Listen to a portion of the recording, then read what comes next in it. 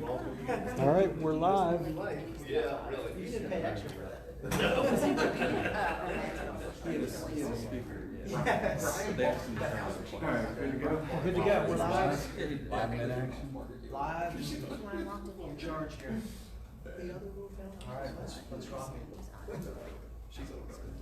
it. We always start out with the stats, and they really haven't changed much. There's a couple eye-opening things on here, but it's been very consistent recently that it's just been a hot seller's market. Everybody pretty much knows that. Some pretty fun facts here. This is March, so this is the most recent stats off the MLS. 200 units sold, 114 of them went under contract in less than 10 days. But that's probably the first weekend for most things. That's what we're seeing. So more than half of things that get listed get eaten up immediately. And because of that, there's 73% less homes than there were on the market a year ago. So inventory is extremely tight. Prices are up 20% year over year. And so we're multiple offers, escalation clauses, all that kind of crazy stuff. Appraisals being waived. It almost feels like it's like 2007 all over again. Mm-hmm. But hopefully not, right? Yeah.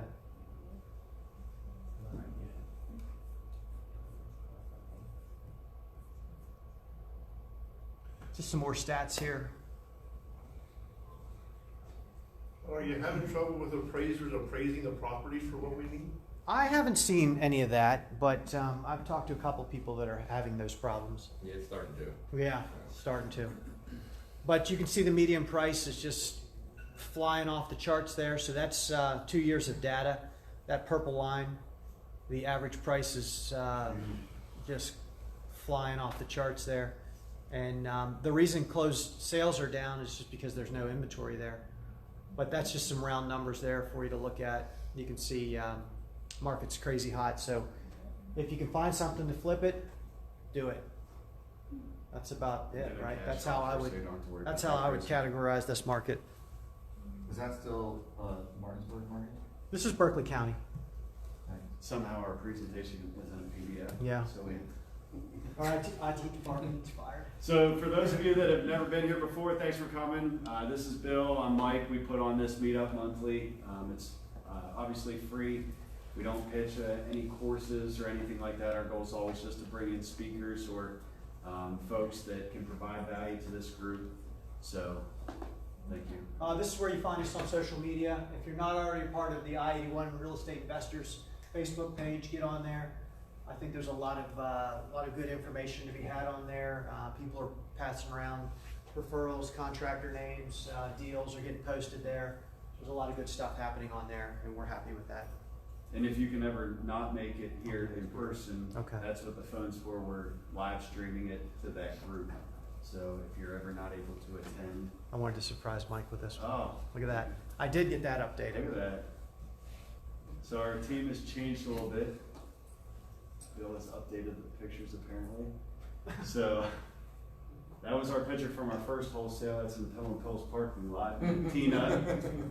Tina is pretty much the glue that holds the wheels on the wagon for us. She's not here tonight, so that's why the sign-in sheet looks the way it does, and everything else. Dusty's right there. Dusty, he's handles a lot of our acquisitions. If you ever got a phone call or something from us, it's probably him. And then Lisa has recently joined our team. She helps Dusty and Bill basically get our deals, and Bill's got his full-time VA now, who is learning quickly. Doing some cool stuff for us. Yeah. So we were talking briefly. Obviously, this is free to attend, and I'd like to thank these folks for helping keep that free, this room and whatnot, so that we don't have people up here pitching you the $999 course. So a bunch of local companies, ASK Heating and Air, Adam and Leah, they're local to this area. They do all of our HVAC work. Star Insurance is based out of Chambersburg. Todd Shoemaker handles anything from car insurance, builder's risk, you name it, one text message, he takes care of it.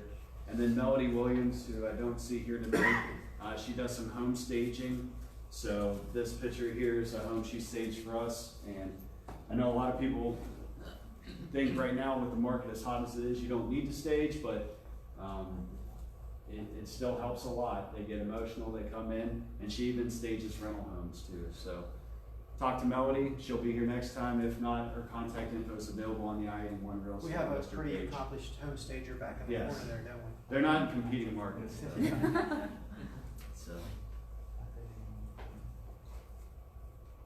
So now it's kind of the part of the meetup where if you have a success story or you have something you're looking for, something you have to sell, offer the group, this is your opportunity to stand up in front of a room of basically your target clientele. Wake up. Sorry about that. So, Mike, do you have something? Bill sold a house for me that I just got finished rehabbing. There you go. I made about 35, 40 off of it, so. Nice. It was nice job. Bill did a great job for me, he really did. There you go. And we We wholesaled that one to you, I think. Yeah, that's right. Dustin found it. So you, Yeah. You're welcome, Mike. So a lot of good stuff happening in So, the family. that's the neat thing about this meeting for people who don't come. I mean, I was able to get through a wholesaler. I mean, it helped you guys out. You guys made money. I made more money. And then a different job than Bill has as a realtor. You can make money here. You Yeah. can make money. that's, Pat, I was just telling, I think Chelsea before the meetup started, I said, or maybe it was Corey, like you can just pass deals around and business around it. I mean, we were talking to Brooks and Luke, like we've all passed deals around in this room before it ever made it to theirs, so 100%. Yeah. Good stuff. Anybody else? Yes, sir. Yeah, hi, my name's Rich Rusin, and I actually stuck something on the Facebook page this morning. My house in Wheaton needs a bit of work, but In Wheaton? Yeah, Okay. in Wheaton, Maryland, and I'm moving up to Pennsylvania, so I'm looking to I'm looking to sell it, and you know I'm looking at all my options as far as I've got a calls from I guess what I consider bottom feeders is my term. Wasn't Dustin, was it? I've probably selected 3 or 4 of you over the years. And stuff, but. And he still came back. Anyhow. What's the asking price on And I that? also have a lot in Bowie, Maryland. Okay. That's available there. There's been a house on it previously. It's a buildable lot and had electric and water before. Okay. On it. So it shouldn't have any water tap fee or anything like that. I can probably find someone to help you out if you don't sell it tonight. Yeah, I think I actually tagged somebody in that post, so they were reaching out to you, Aaron. Oh yeah. So- So. Okay. Oh, that's right. Okay, yeah. That might be a little Mike- outside Mike our said that, normal so. realm that's way down in Montgomery County, right? Yeah. Okay, Yeah. but yeah, there's definitely a It's couple really not on people- the corridor, but I know. There's a couple people I know that buy in both of those areas, Yeah. so, Yeah. I'll get your information for you. Okay. Okay, Great. awesome. Thanks for coming. Sure, thanks. Anybody else? That'd be me. Hi, my name is Alex. I'm hanging around for a while with Bill and Mike. I'm looking to be part of this market soon because I'm raising the capital. Meanwhile, I do carpentry. It's kitchen and bath installation repair service for the most part in Montgomery County.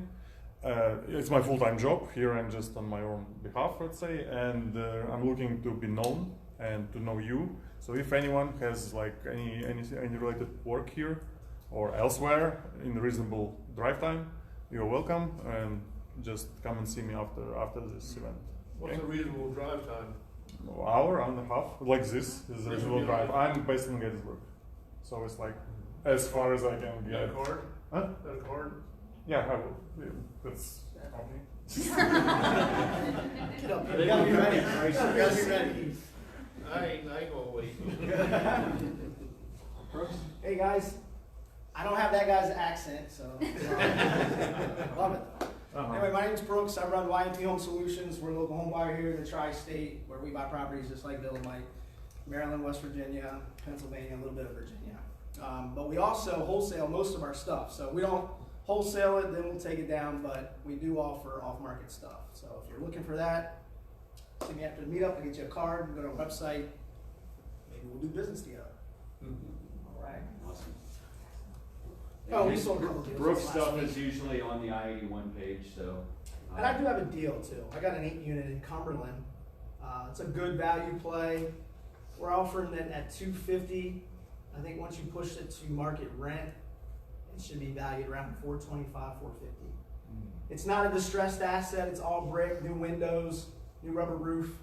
Just mom and pop owners is all it is. So if you're looking for something to really push some income, that's a good deal.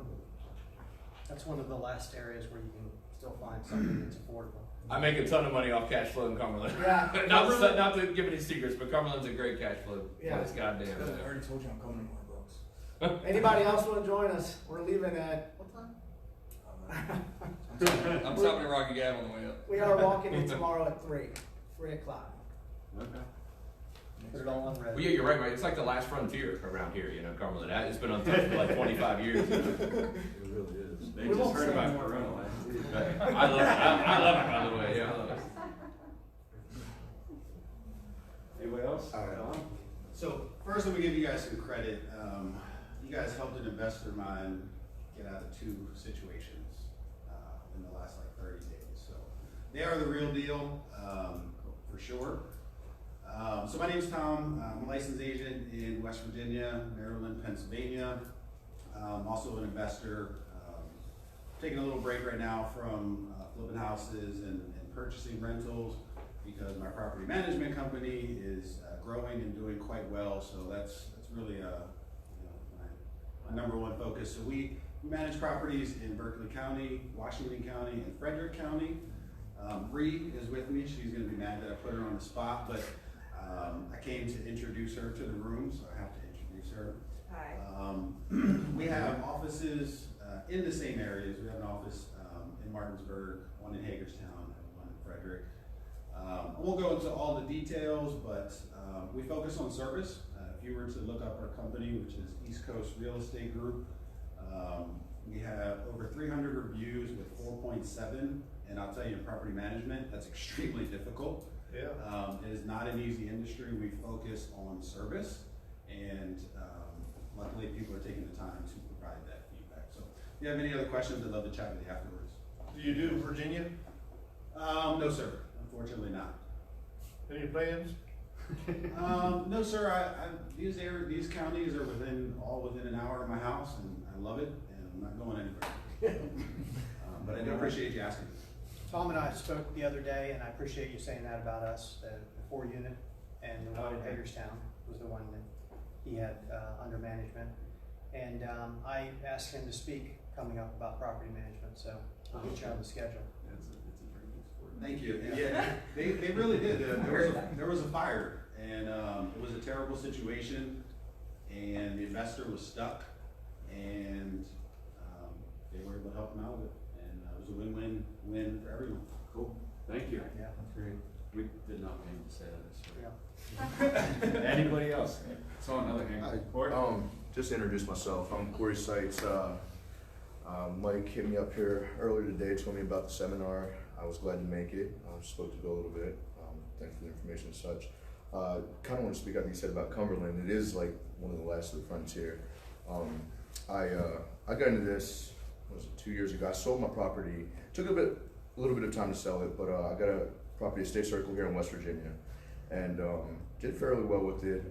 First time going in, like when I was telling him, like there was like people, you had to have hazmat suits to go in this place. Like literally animal feces everywhere. This dude was like, and I don't want to, he was like 500 pounds. He never left his house. They put double doors on the backside, so it completely took the whole thing down to bones. Rewired the place, roof, floors. I mean, just the whole 9 yards, except for obviously the construction of it.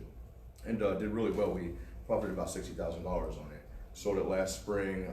I'm a business owner, Professionals Detailing Lounge in Hagerstown. May or may not have heard about it. 6 years. My partner and I built this up from nowhere, and I'm at the point. Him and I both are. We're moving on to better things. I want to get more into, meeting you guys, knowing, rubbing some elbows, things like that. But more so just learning more about this industry. Right now, I have a place in Mountain Savage we're waiting for the title to come in, an IRS situation.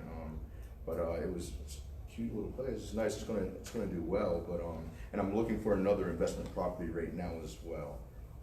I have to be in Maryland, Northern Virginia, DC, but really I want to be like Williamsport, Clear Spring, things of that. So, you know, I'm sure I could talk to a few of you guys, but I'm out here. I'm an entrepreneur to the fullest extent and motivated. So, look forward to talking to a lot of you guys for sure. Awesome.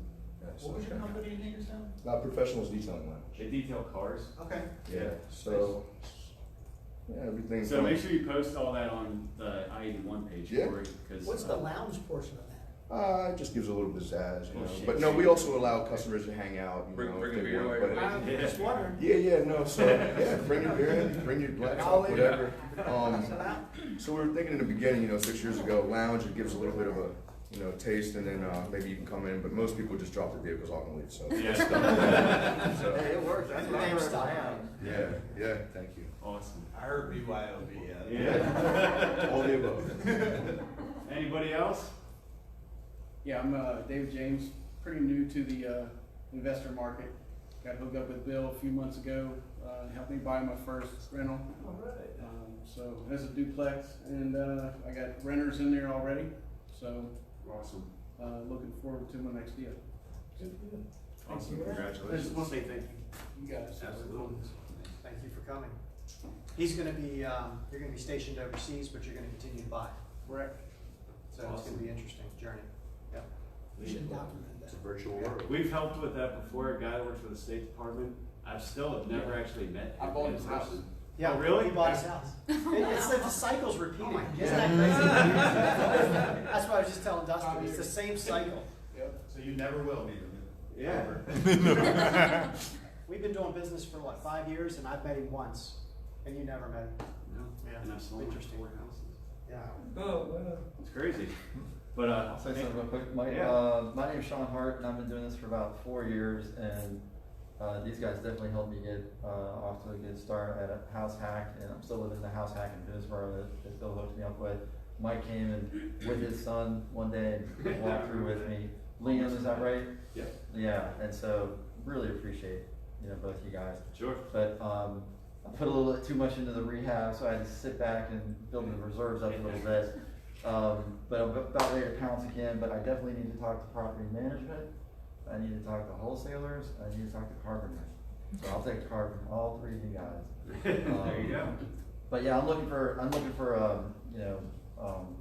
4-unit or less in multifamily in Boonesboro, Frederick area, Frederick or Washington County, or here, to be honest. Awesome. I'm trying to stay within a half-hour drive. Boonesboro. There you go. So, This is legal. thank you. That's totally Thank you. legal. You gonna cover this? Anything else before we get on to the next part? Somebody else has got something, right? Anybody looking for anything in particular? Well, we'll probably get to that with Forrest's presentation. We have a success story. We bought a property off Brooks. Market took it way up. It became our most profitable flip in our business ever. So, thank you for teeing that thing up. Thank you to the market. Thank you for rehabbing it. Thank you me for selling it. Thank yourself. Yeah. What was that, Snoop Dogg? I'd like to thank himself. Was that a being busy me. transaction or what? That was a good Yeah, one. and That it was was fun. it was a unique one because we had to rent it back to them. Alright, Like there's a thankfully. lot of I had all that moving worked out for you. parts. Yeah, thank you. So and everybody made money, everybody's happy, right? So anything else before we move on? I got one other thing. Actually, Bill and I met about 3 years ago or so. I ended up getting a phone call on my house in Wheaton about selling, and I said, well, no, I'm not interested in doing that, but I had a 4-unit in Hagerstown. I said, well, just a question, do you do it? He said, actually, that's closer to our market or something. So I ended up, I don't think you were the actual buyer, but you were kind of Yeah, I was working with some other the investor at that intermediary. time. Yeah. But anyhow, I think it was a win-win situation. Awesome. So. Yeah, Nice. and that was the only one that you had, right? Right, Yeah, right. Yeah. Is it working? It says my mate timer has been ticking since long that you remind me that you set your limit on this app has exhausted. Be a good friend and listen to him.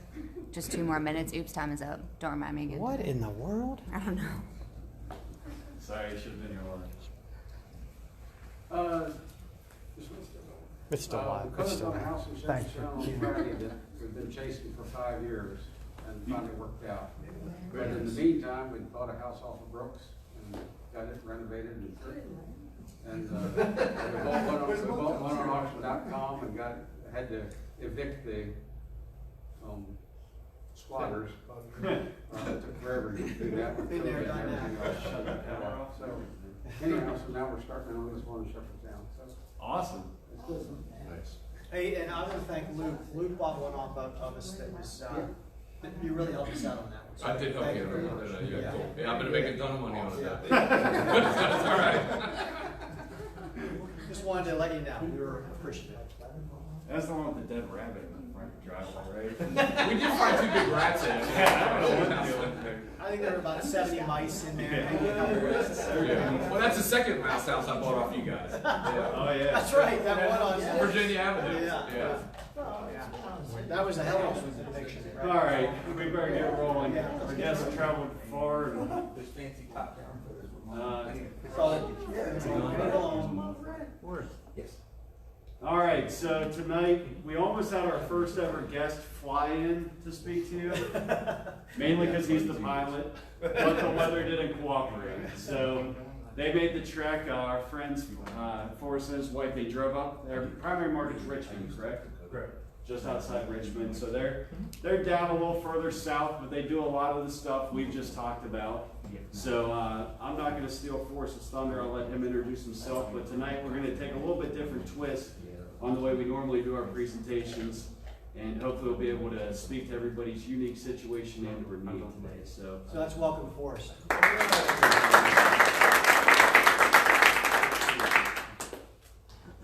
all right. So I'm Forrest. I'm from Richmond.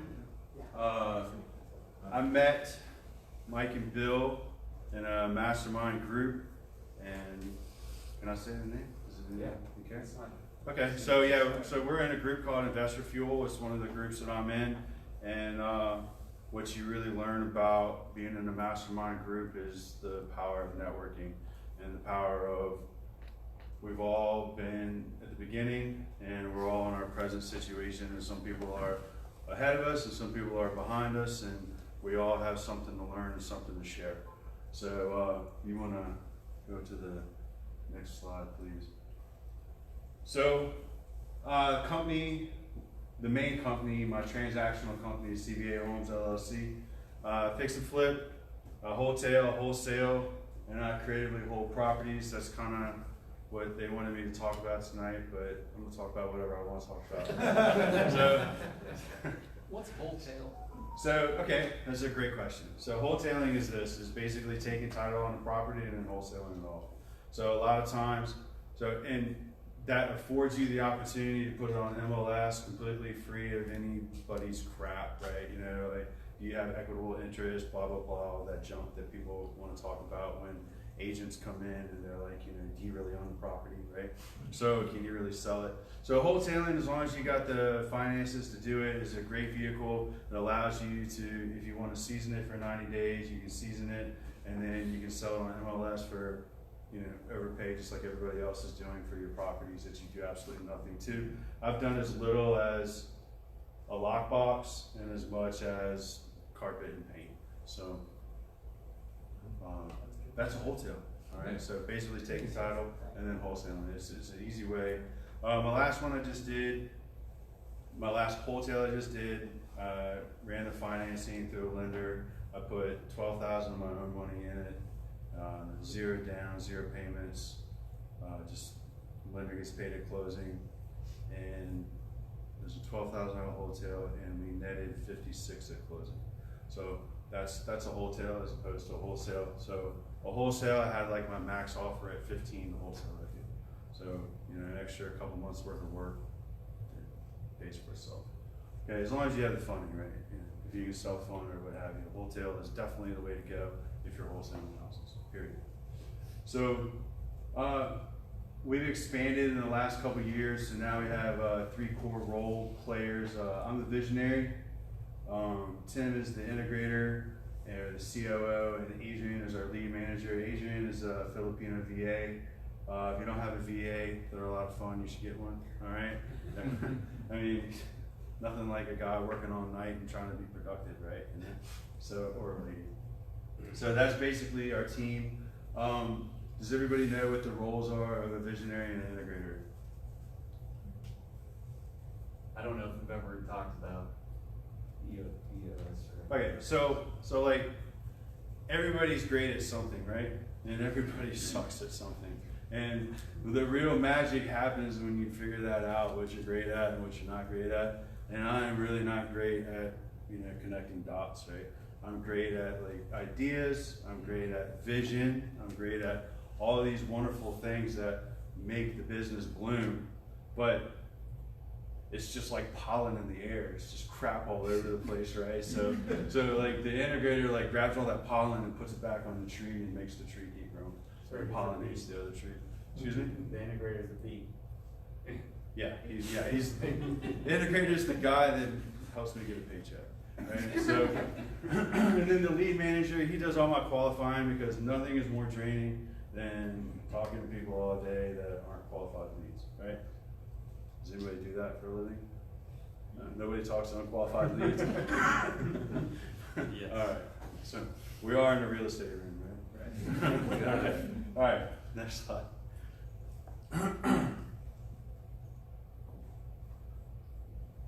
All right. Why? Why do I do this? Why did I get started in this? I've been self-employed since 2007. As a Class A electrical and general contractor. I did highway heavy work, all kinds of outdoor stuff to get dirty and have fun, but I just got to the point where I hated customers. I just absolutely could not stand customers anymore. So I said, well, what is the one thing that I can do with no customers? And that's just be my own customer. So I got into real estate in 2014 for time freedom, and I have never been busier in my life than doing real estate. So that's like this goal, right? Like way out here is my vision goal of being able to do what I want, when I want, for as long as I want. So I have some mentors of mine that went backpacking through Europe until they got tired, right? He took his kids and his wife with him, and when the kids said, I want to go home, they went home. And so that's the kind of time freedom that I want. And this business, if you structure your business in a way where you put the right people in the right seats and you train them to do the right things, and you create enough income passively and through a business structure that is scalable and repeatable, you can accomplish that goal, right? Whereas if you're doing an insurance company, if you're doing something that's really transactional, like for example, my wife has an awesome staging business. She's done over 400 stagings in the last 3 years. She's rocking and rolling, but it's her, right? It's called Dealer Design. Her name is Dealer. If she doesn't show up, there's no design, right? But in our business, we can definitely scale that past ourselves. And so that's why I'm here. So to do that, I have to take advantage of all the time that's afforded to me. And so I had a dream since I was 15 years old to be a pilot. And when I was 17 years old, I made a lot of bad choices and put that dream on hold until I was 40. And then I started that goal again and finished it. And I've never looked back. So I'm in my next certification rating of being an instrument pilot where I can fly in these weather conditions, but unfortunately I couldn't do it today because that would have been a much better story than driving the pickup and the dog, right? So I call it a time machine because that's what it is, right? It's a time machine. It buys my time back, right? We're all looking for more time. I'm looking for more time, and if I can get to my properties in Southwest Virginia faster, to write a tax write-off, have a story to tell, and then get back for dinner, as opposed to having to stay in some hotel that I've never been before, not get a good night's rest, and drive back, then it serves my purpose, right? And what's great about living in the United States and being an American is you can do whatever the hell you want, right? So I've created a business where I've made a tax write-off for flying myself around there, and paying for the schooling, and paying for the airplane, paying for the gas, whatever I want, right? I mean, rich people do it all the time. Why can't I? Right? So, I'm just copying success, right? So, all right, next slide. So this is a picture of me and my wife over here on the left. Her name is Adila, and Then this is our two sons right here. We have three, but the oldest one chose not to come to America. My wife gave him all 3 green cards, and only one of them took her up on the offer. Can you believe it? So the youngest one is the tallest one, and he just got his private pilot's license last week, and he is in aviation school. It costs way too much money, and he's going to be a pilot for a living, and he's loving every minute of it. He's an American trapped in a Malaysian body. It's the coolest thing ever. This is our 2-year-old dog Willow that's in the pickup truck out there. She wished she'd be in here playing with everybody, but it probably y'all would be paying attention to the dog and not me, so it probably won't work out too well. And so that's me and the airplane that I got my private pilot certificate in, and then this is me. I just want to kind of show everybody, who I really am. Right? I'm just a builder. That's just who I am by my DNA. I'm a builder. I'm a 3rd generation electrician. My last name is McGhee. It's a Scotch-Irish name. We were craftsmen back in Scotland, and then they immigrated us into Ireland because we were a highly regarded clan for doing carpentry work. And my wife asked me, she goes, "But you're an electrician." I said, "Well, sweetheart, they didn't have electrical work back then." Right? We don't have sticks and nails, right? We had to do with what we could do. So, but that's me. I just, the hardest part in this business is not picking up tools. Period. In the story. For me to not pick up a tool, that's rough. So, next slide. All right. So, I came here to give to you guys because I don't like taking from people. Period. But I don't like taking, especially if I don't give. So, my give, I'm a very story-minded, life-oriented kind of person. So, I built a business around myself, and so basically, my business operates as Forrest buys houses, and I knew one day if I was going to get past this point in my life, I was going to have to take the business and not turn it into Forrest buys houses, but to turn it into a business that buys houses and helps people, and this is a solution provider. That's what we do, okay? And so in doing that, I've totally had to get out of my own way, and that's why I hired Tim, and that's why I took on the VA. We have an office administrator. My wife is, learning the same thing where, she's just brought on an apprentice to help with the home staging and the administrative part on her business as well. So I had to get myself out of the business so I can give myself the time freedom, because I'm the roadblock to just about everything in my business, and I know that now. Before I may have known it, but I just refused to accept it. But now I accept it, and offloading things to somebody that you trust is just it allows you to be your highest and best. It really does. So it allows you to just go out and accomplish your goals and make new dreams. So I've been going down this road lately of being a blessing and not a burden.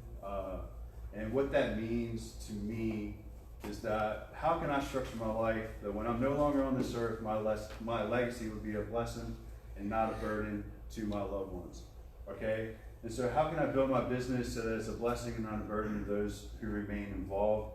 And I believe this is being a good steward of your blessings and a good steward of your relationships. So I'm not here to get biblical with you guys, but we're all here for a certain amount of time, and we're not, right? And we all leave things behind. I've had a lot of death in the last couple of years of my life, and nobody involved here left things well, right? So we're left to pick up the pieces and so forth, and like, here's the deal. So me and my wife, we love each other, we have a great relationship, but she could not dislike renovating a house anymore, right? I mean, she hates it, right? She's a home stager, she stages houses, she says, call me when it's done, right? So if I left her a house buying and selling and flipping business, is that a blessing or a burden, right? That's a burden, right? If I am the core of my business and I have employees that are depending on me and depending on paychecks, and I leave with all my knowledge and all my operations inside of me, how is that serving my employees, right? How am I going to be a blessing to them? They're going to have to go find another job. The business is going to be dissolved, the government's gonna get whatever it gets, and my people are just gonna have a bad experience at the end when it could have been a blessing. So how can you take this blessing of yours and turn it into a blessing of somebody else that may not be involved at the level that you are, may not want to be involved? So that works with, you know, creative deal structuring, it works with trust, and all kinds of things we can really go down rabbit holes with.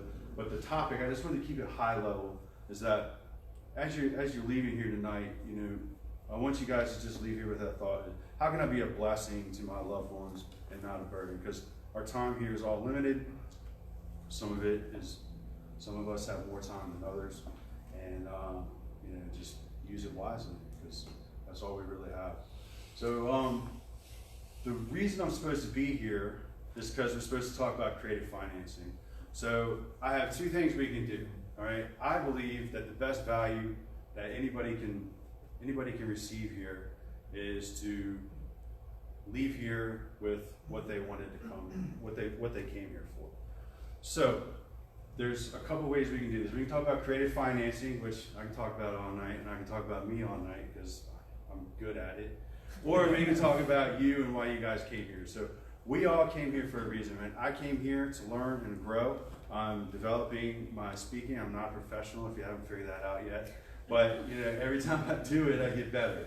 And get a little funnier, throw one more joke in there, and I just have a good time. So real quick, show of hands, how many people came here wanting something? Right. Just about everybody else? We just wanted to see somebody else speak then. Well, we wanted to see somebody. Just kidding. So they're pretty good. I mean, I will tell you guys, you know, you guys have pretty good mentors here in this room. I've seen them speak several times, you know, at our events, and they're pretty good. And I've also been to some other events that aren't that good, so I have some comparison there, and it works out well. So we can talk about your needs, and what that's called. We're going to basically do a mini mastermind. Okay, so everybody has a need, everybody has a desire. You know, I was talking about Alex earlier. He was talking about getting started. He says he's raising capital, which is his own capital, and so. You know, the reality, I'm gonna pick on you a little bit. Right? But the reality is, Alex, by the time you're waiting to raise your money and sell your assets and get started, right, you could have done 10 fucking houses, right, by just using other people's money. So, you know, that's just the deal, right? So if you really came here to learn how to be in real estate, you can if you just listen and take the knowledge that's already in this room, the money that's already in this room, and leverage it to accomplish your goals and dreams faster and bigger than what you think they are right now. So we all have needs here. He has a need where he wants to get started in real estate. He doesn't know how to do it. He doesn't know how to money.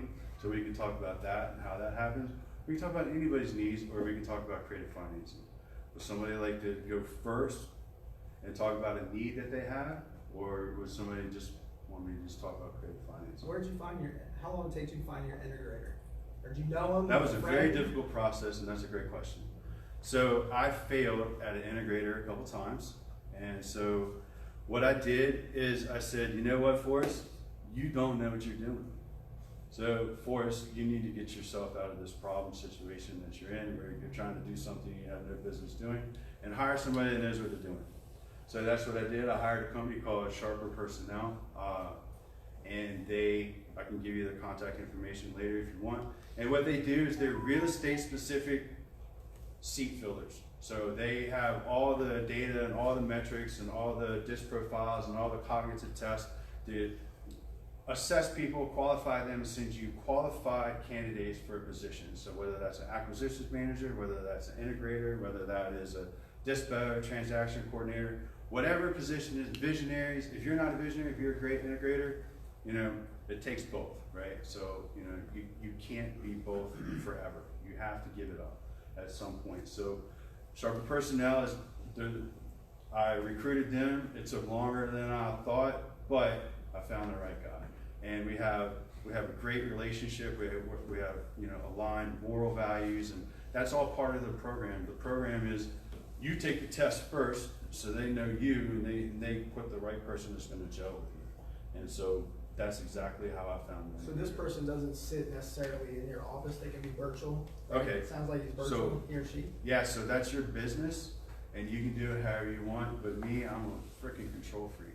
So I have got to have that guy in that seat so I can turn around and go, Tim, I got an idea. And he comes out with his notepad and he writes it down, and then he goes back and does all the crap he's supposed to be doing. So, I mean, it's great. I mean, it really That is. sounds really It's good. really, really good, right? So a virtual position, I do not agree a virtual position is the right position for an interview, because you're always bouncing off each other, right? So you either got yourself on speakerphone walking around all day long, or you're side by side. Well, we have separate offices and we can close doors and stuff like that, but for the most part, that's how it's structured. Have you read the book Absolutely. Traction? Oh, yeah. Yeah, if anybody hasn't heard of these terms, integrator or visionary, it's based out of a book called Traction by Gino Wickman. It's a little dry, but it's super applicable to what Forrest is talking about. Actually, what we did is we read the book Traction together after the fact. So there you go. Yeah, so we have this book club going. It's kind of neat, right? We have this book club. Like last time I was at Fuel, Todd Spragerty, who runs Yellow Letter HQ, who does all of our mail marketing, he said, he handed me a book, and it was the Who Not How book, right? So I suffer through books, right? I mean, it's a sport, but I'm suffering through it. And so I'm about 2/3 of the way through, but it's just like, it just makes sense, right? I mean, the principle of Who Not How is, I mean, it buys you time, right? Because we all could probably build a house, right? But there's certainly better people to build a house than us, right? There's certainly better craftsmen out there that can go in and do all the framing and do all the plumbing, and Lord, who would ever want to do plumbing? But there's people out there that like that, Right. And it's not me, but there's people. So you can build a house a lot faster with the right people than if you were to suffer through it yourself and get distracted and so forth. So that's that book. But definitely the book Traction, it just kind of, it tells you who you are and who you're not. And I think it's a great book for everybody. If you want the highest and best of your goals and dreams, you're going to have to learn how to get there. So I'll tell you, so I got to give, and then, do I have any more slides? Or is that it? Who's that author again? Oh, I don't know. Gary Harper? No. Oh, I'm sorry. No. Who Not How is, Gino Wickman. No, he wrote Traction. Who Not How? Hold on, I don't know. it's David something, but anyway. So this is my contact page, real quick. You can follow me. That's my office number. That's my personal email address, and that's our corporate site. That's my marketing site. That's my Facebook and Instagram. And then lastly, I had to include my wife. She's dealerdesign.com, and like I said, she's professional home staging. She does anywhere from 2 to 5 houses a week right now, and she does occupied, vacant, investor-friendly staging, light staging, and a lot of people are going into the light staging space right now because nobody sees the value in staging. But what we've learned in our short time in business is not so much what to do, but what not to do. So we put our money in the right place now. I don't put in ceiling fans, but I stage the crap out of the house, right? So our last house went $30-something thousand over listing. She had a was it an occupied or vacant? Some lady called her. The house had been on the market for 90 days. They took it off. They refinished the floor, staged it, and sold the night it went on the market. So the value is in the staging for real. I mean, if you have, so think about it, right? You got a husband and wife that are all stressed out. They're sitting there looking at vacant house, kids' room that's not made up online, when they're looking through listings, to plan out their entire weekend going and looking at houses. And then they see this beautiful, pretty house with all these pretty pictures, and it's not this virtual home staging where the couch isn't scaled right, and it's just done professionally, right? And they go, I want that house, right? So we did a house in a secondary market. We had 22 showings in the first 36 hours, and we took an offer, that was at 36,000 they were asking of mine, and so it works, right? It gets people in the door and it keeps them in there. So, you know, when people go into a vacant house, they statistically stay less time than if they stay in a staged home. So the value is definitely there. Put your money in the right place.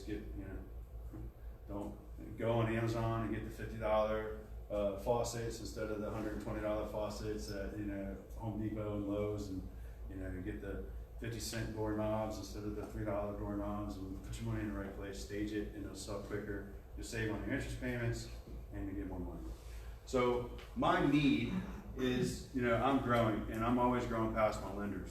So I'm always looking for new lending relationships, and always looking, for cheaper money. Who's not looking for cheaper money? So my terms are pretty simple, right? I want all the money up front so I can use it how I want to. I don't want draws, and I'm willing to pay a little bit higher interest than what most people are to get it. So that's why I'm here, is to network with people, to have new relationships, and potentially find some new networking deals. I'm pretty good. I specialized in self-directed IRA lending for a while. We can go down that rabbit hole if you want to. We're structuring a deal right now, a subject to property, where we're taking a bunch of small dollar IRAs, we're pulling them all together legally, we're pulling them all together, and we're going to fund a subject to deal that I've gotten pretty good at structuring these, where I make them feel bad about their property, and we get them for no money down. All we pay is closing costs, and we just control the property, and then we can do it. So how can we do that, right? Bought So 3 of those last week. I bought 3 of those not too long ago. Just Sub sold twos? one. Just sold a sub 2. Yeah. I had for 2 years. Okay. 25 grand profit. So what I do is I sellerify wrap them. So I'll sub to them, and then once I control it, I'll sellerify wrap it, or I'll lease option wrap it.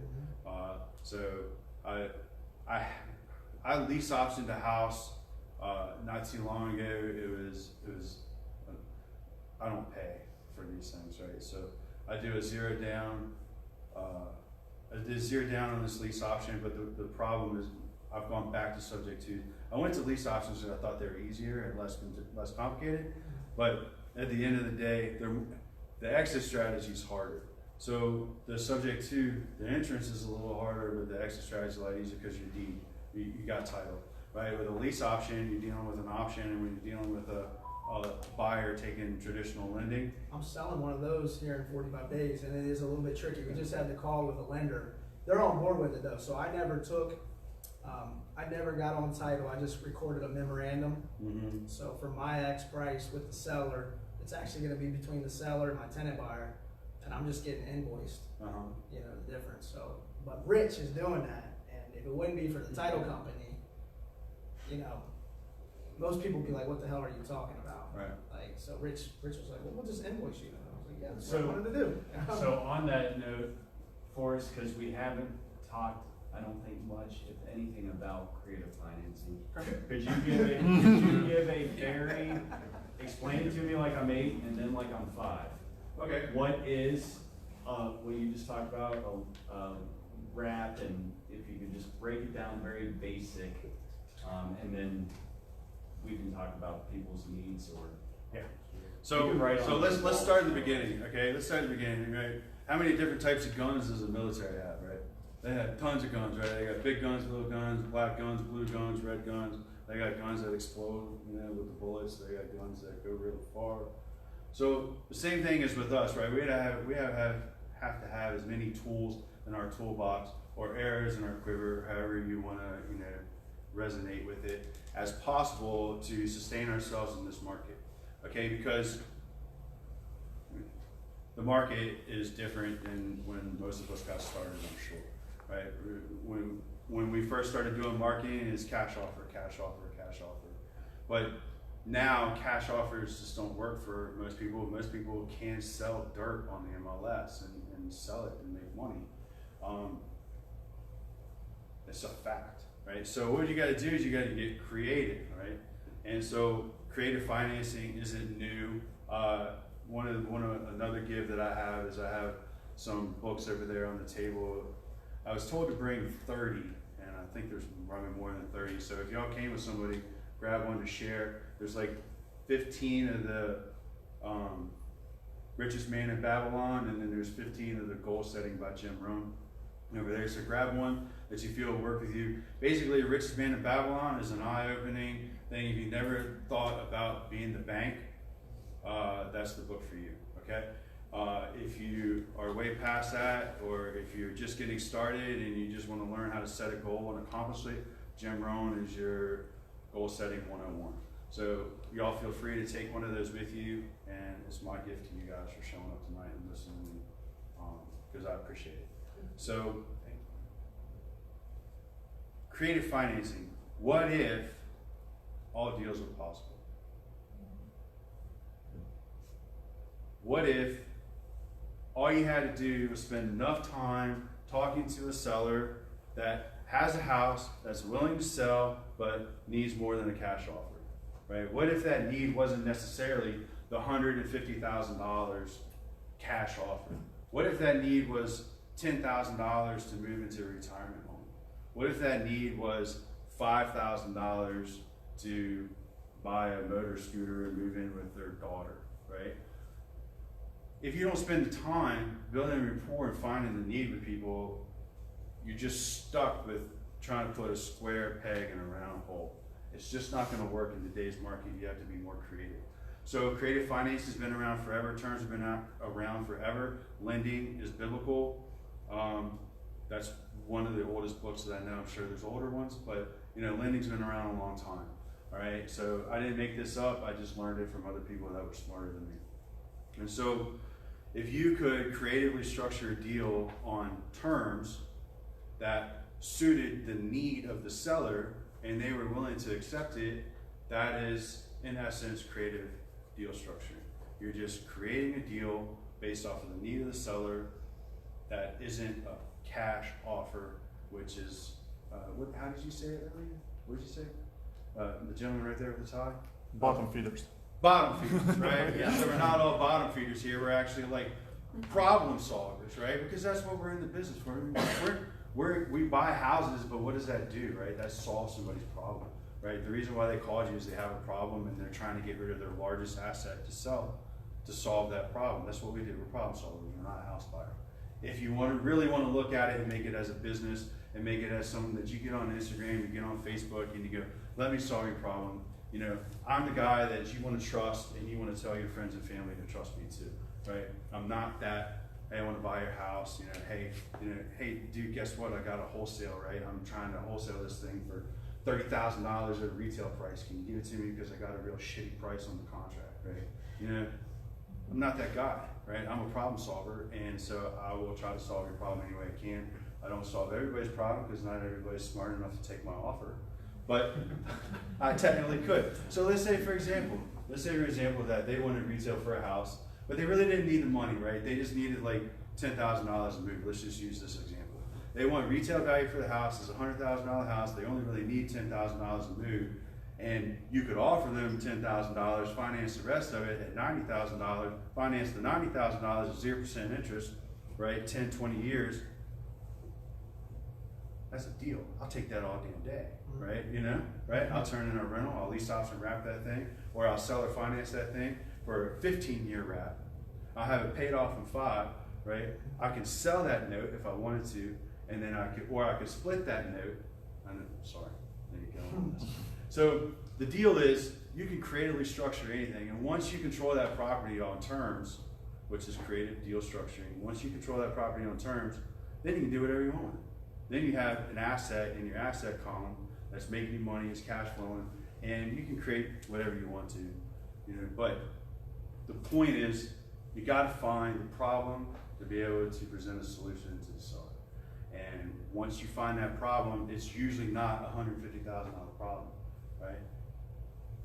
If they can't afford to repair the front porch and they have a code violation, then $5,000 is probably a pretty big deal to them, right? And a lot of times we find in the cities, we find that these houses are generational, right? So the grandparents saved their entire young life, to buy this house. They're proud of it, and then the children get in it and it gets started run down, and then the children retire and move out, and then the grandchildren are there, and it's a freaking mousetrap, right? And it's just a horrible place. And so, what's their problem, right? Their problem is they've got 2 generations of people that have let a 120-year-old house go to crap, and they need a place to rent because they have no credit. They didn't buy the house, so they just need $5,000-$10,000 to go find something else. So you could creatively, in this deal structure, you could creatively take that property for the $5,000 or $10,000 that they need to move, and then you could give them $5,000 to $10,000 down. You could have them carry the property. You could create a joint venture agreement or any kind of agreement, promissory note that you want, whatever's legal in your state. And then you could rehab that property, put your money or some private lender's money with an IRA or just cash, and then you could fund it, and you could have none of your own money, just your risk and your mental capital in there. And then you could flip the house and then sell it, and then you get the profit, and all you did was think your way through it, right? And they carried it. Go ahead. I'm just curious, some of these ideas kind of new to me. Sure. Your business, just you personally, what percentage of your business is just straight, here's $100,000 cash for your house, versus some of this creative stuff you're talking about? That's a great question. So we always give a cash offer. Most of my business is transactional, so that means it's either a wholesale or a fix and flip, okay, or a wholesale. The creative ones I hold, I put in a different bucket. So I've created a CVA brand. It stands for whatever you want it to stand for, but I basically stand for Central Virginia. But that also is my contracting business. So I call it Contractor Virginia, and we call it whatever you want, right? So I have a CVA brand, so I have CVA LLC, CVA Homes LLC, CVA Star LLC. I'm getting ready to start another one for a multifamily project that I'm getting ready to work on. So that's another great point. All right. So anyway, the point is transactions, they pay the bills, right? So I'm always in for transactions, but when I get a subject to or something, it just goes in another pocket, and I sit in there like that. And that's my, what is that thing, the set it and forget it, the turkey cooker? Huh? What is that? What was that infomercial? So essentially, if you negotiate it and you see that it's possible to creatively finance it, you will not transaction, right? So I'll tell you, don't know in advance what it's gonna be, right? No, man, it's like Christmas. All right. Right? It's like every day. It's like, what's in the box, right? So, okay. Yeah, so I started doing HUD homes, and that's how I started out, because I had this incredible fear of talking to homeowners, right? I mean, like asking somebody to sell their house at a discount, just like, I was a big baby, right? So I started out at the easiest place that I could find, and that's the internet, right? The anonymous trolling. So we got really good at HUD houses, and so the thing about a HUD house is, you don't know what's inside of it until you close, basically, right? And so, because you only get 1 day for an inspection, and you just really don't know. And I was too cheap to pay for inspections, so I was just surprised, right? But I'm a contractor, and I can fix it, right? So it really didn't matter. But it was just every house had some little Christmas gift in it. But back to your point, I don't know. I'm just having a conversation because I have a lot of tools, right? I have a lot of resources to where I can find a solution that's for you. I don't have to just go, I hope this guy fits my cash offer box. Right? I hope I'm not wasting my time. My qualified lead rule with my VA is they are the decision maker, they have a house, and they would sell it at retail or less. If it meets those 3 things, it's going in my CRM as a qualified lead to drill down and figure out the problem. So that's what I do. And then when I find the problem, then I find the solution that I feel is best for them. I try to steer them in that decision, and sometimes it works, sometimes it doesn't, right? Mm-hmm. Sometimes they don't get it. Can't help them all. You can. Sometimes people just want to die. Yeah. Makes no sense. Yeah. So, right? Am I right? Yeah. But you're not necessarily going in there and saying, sir, or ma'am, do you want to do creative financing? You're not saying that. You're just letting them talk, explain their situation, and then in the back of your head, you're like, this sounds like it's going to fit this exit strategy, right? That's great. So let's role play this, right? This will be fun, right? So I'm going to be the seller on the deal that I just did, and you're going to be a buyer, right? You know creative financing. You know how to do this stuff. So, all right. Ring, ring. Hi, my name is Joey, and I have a house I want to sell. All right, Joey, where's this house located?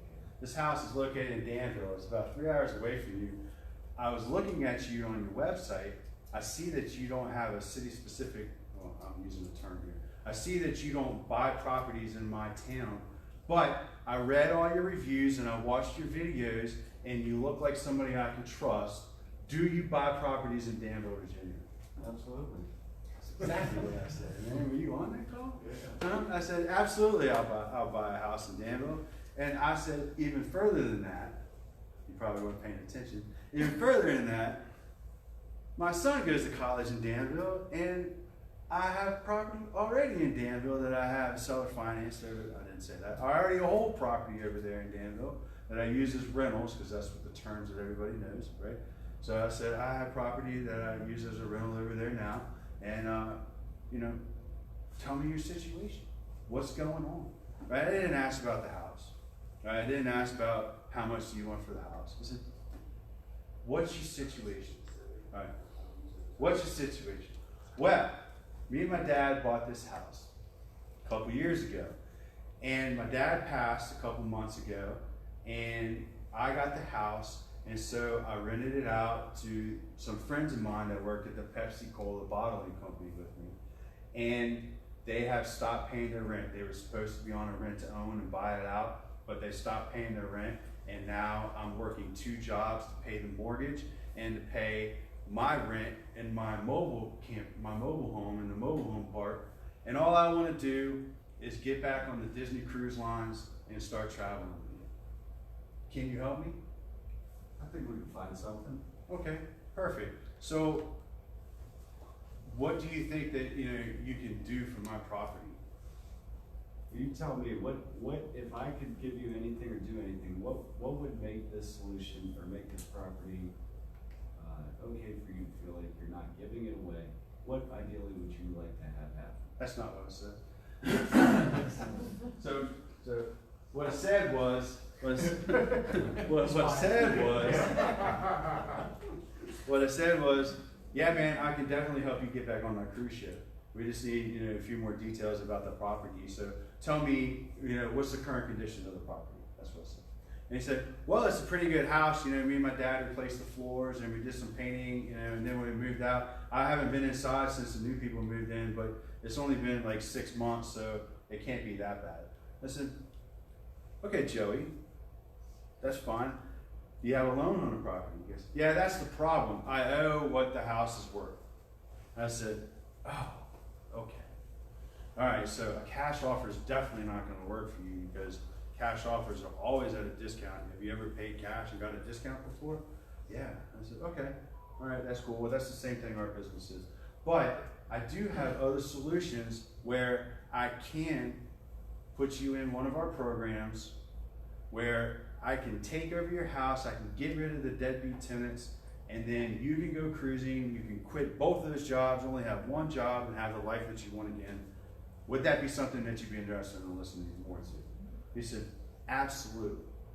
So I haven't talked about a penny yet, right? And I haven't even talked for the subject to, right? It's whatever, right? So I said, give me the address of the property. So he gives me the address of the property, and I look up the property. It's worth $80-something thousand. He owes $62,400. He thinks the house is worth what he owes because that's the tax assessment. That's the letter he gets in the mail saying how much his house is worth. And so I said, Joey, if I could take over your payments and take over this tenant, and you just walk away with no money out of your pocket, that's a good deal, isn't it? He said, yeah, that's a good deal. I said, all right, I will send you the documents. And so I sent him the documents. He stewed over it for a couple weeks. It was a big decision, and he needs to think about it. And then they went another mortgage payment, and he thought about it while he was paying the mortgage payment, and he called me up. He said, I'm done. Can you revise the agreement for the proper date, and I'll sign it right now. So all it took was a little more time, right? This is a business for me. I'm not going anywhere. Right? I can wait 6 months, a year, et cetera, for a no money down house that I'm gonna make $500 a month on, and it's 3 hours away. Who cares? How did you know you were gonna make $500 a month? Because you didn't know what it was running for before, and you didn't know what your mortgage payment is. You never asked those 2 questions. You didn't. So Well, I abbreviated if a the mortgage price conversation was just $1,000, and you only can rent it for $700. Okay, that's a really good question, right? So first off, I didn't go verbatim. I didn't play the tape recorder or the whole conversation. Yes, ma'am. Does it have to be a VA or FHA loan for you to be subject to, or can you do that with other loans? That's a little more complicated. That's a really great question, and I'll get to that after this one. So here's the deal, okay? So I'm not going to get just $500 down. I'm going to get $5,000 to $15,000 down payment and $500 a month, because I'm gonna lease option that thing, or I'm gonna seller finance that thing to somebody with bad credit, and they're willing to pay more money for the dream of home ownership than somebody that's gonna go in there, pay first month, last month, tear the crap out of the place, take the carpet up, ruin the paint, ruin the bathtub. You're gonna go in there, you're gonna spend thousands of dollars to fix it back up again. So somebody else will do the same thing, right? So what I do is I get the money to repair the house up front.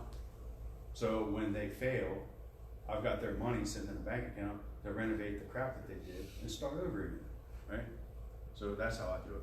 That answers your question. And so how I know I'm gonna make $500 a month, because I was brief in my conversation here, but I wasn't brief with the customer. I gave him the time that he needed to sell himself on my deal, okay?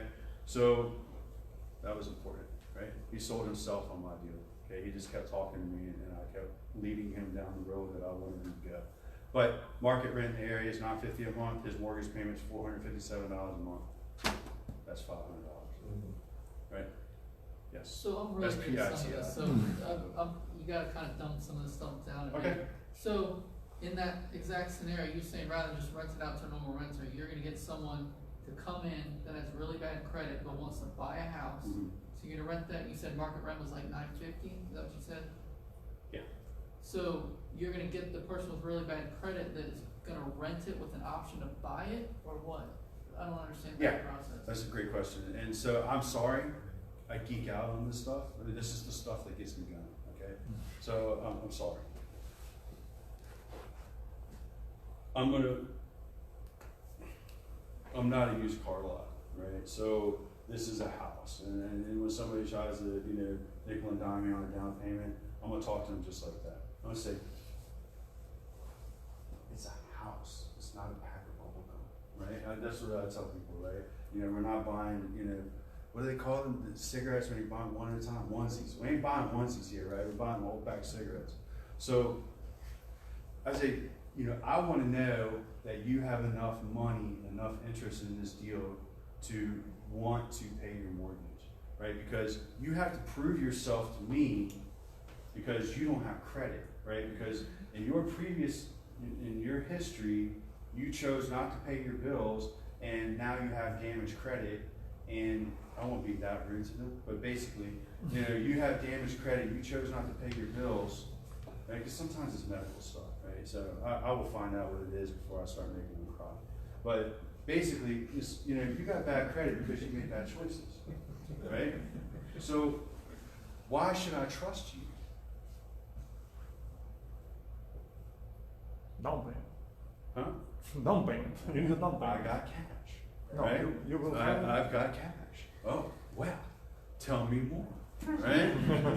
So how can you find someone with bad credit that has cash though? Well, and that's what I was gonna ask you. How much of that do you really get? Because I don't get as much of that. All right, so I get people that don't have that. So I have gotten, So my goal is for as much as possible. Right. So I frame people, this all takes practice, right? This whole business is failing forward, okay, right? You've had deals before that you tried to wholesale and couldn't wholesale, right? You've had contracts fall through, right? We've all messed up. We've all had to renegotiate offers. We've all had to admit that we're not as smart as we think we are, right?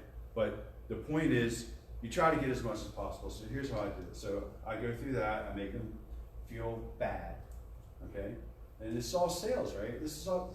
Everybody does this, man. It's your down payment on your cell phone, right? It's your down payment on your car. It's your interest rate on your car. It's your interest rate on your home. They make you feel bad. Oh, well, if your credit was above 700, then you could get the 3% interest rate. But since it's not, since it's 695, you're going to get a 4.5% interest rate, right? You go to the car dealership. Well, you know, we can only finance the $40,000 if you give us $5,000 down because your credit's not where it needs to be for a full loan, right? It's done all the time.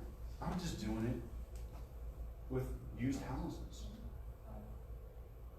I have like specific questions because I know about this stuff, but I have questions that I don't have answers. Yeah, so here's the answer to your question. So we go like this. We go. You have bad credit. I need to build trust between you and me. So you know you need to give me this, this, and this. I make a list. I email it to them. I make them follow rules, right? Make them follow the rules, and if they don't, then the deal's done. As some people in this business call it a funnel, all right? So if I got 15 grand, so I give you 15 I'll grand. sell your house 15 grand. So 15 grand, then are you carrying the note and the house is Now mine? the note is carried by the mortgage company. So on the subject to deal, the note is carried by the mortgage company, but so at least, okay. So seller financing is harder to get somebody out Who of owns the house. You? I control the house. I am on title. Okay. Yeah. But the mortgage is done by Penny Mac or whatever mortgage. The guy, he bought the house off, the guy who wanted to we wanted to go on vacation, go on the cruises, that's who owns the house. No. No. I'm the owner of the house. He owns it. But also He the owns guy. debt. No, just. Oh, he owns the debt. Yeah, let's start here. Let's start here, right? So we all buy houses, right? And we either have the money in our pocket or we borrow the money from somebody in a pocket that has it in their pocket, correct? Right? What if so that's usually like the hardest part in finding, well, for me, finding deals is almost on autopilot.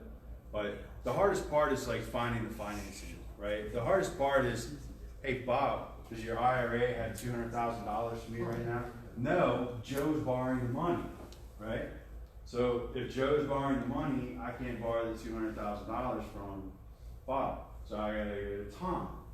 Well, Tom doesn't have $200,000 because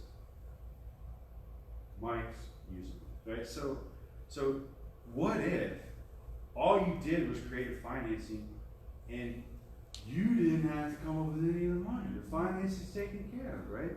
How many deals can you do if you ain't got a finance? As many as fit in my pocket, right? You know, not out the store, right?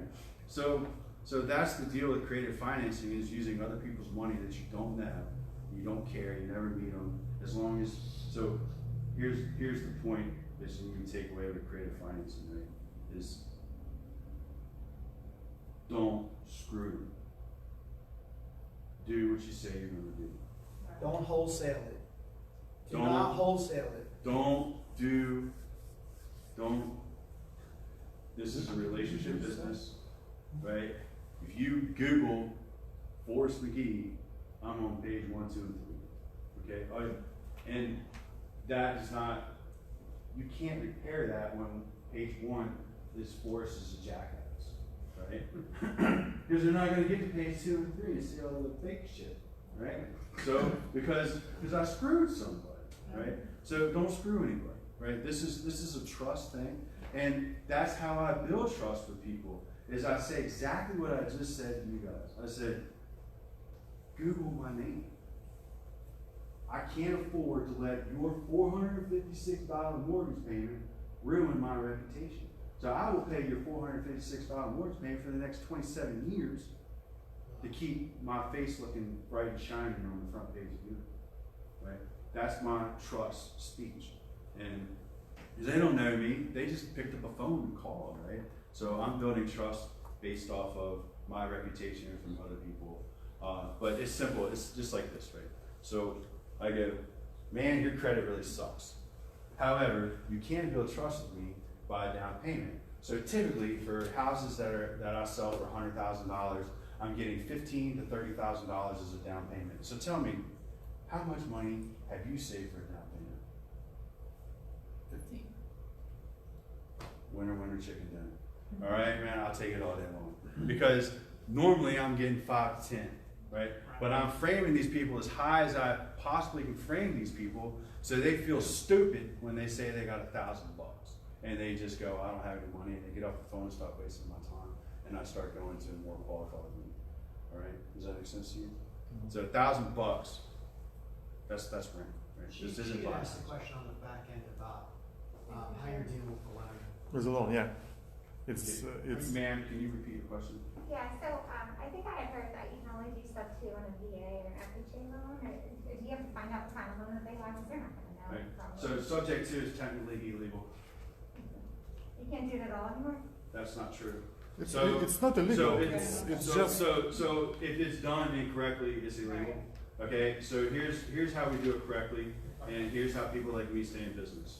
Okay, we take the contract to a lawyer that knows what he's doing and wants to stay in business.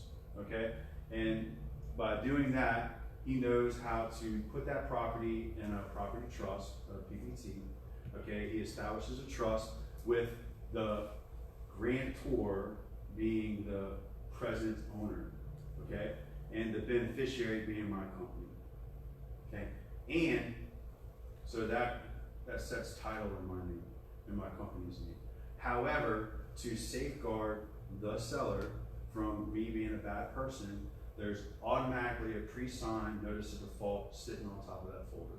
So that means as soon as I default, all that Joey's got to do is call, the lawyer, Mr. Witt, and Mr. Witt, Forrest didn't pay his mortgage payment, and he goes, all right, deal done, Forrest is over. I'm gonna go file this at the courthouse, and he's out there. And it's a little stickier than that. If I had a tenant or something like that in there, it'd be a little more complicated. But in essence, as long as I perform, I'm in control, right? As soon as I don't perform, as soon as I start acting like a child, then they get the house back, and I'm done. What happens if you have a seller that, or the person you bought it off of calls and says that you didn't perform the fact that you did? That's a good question.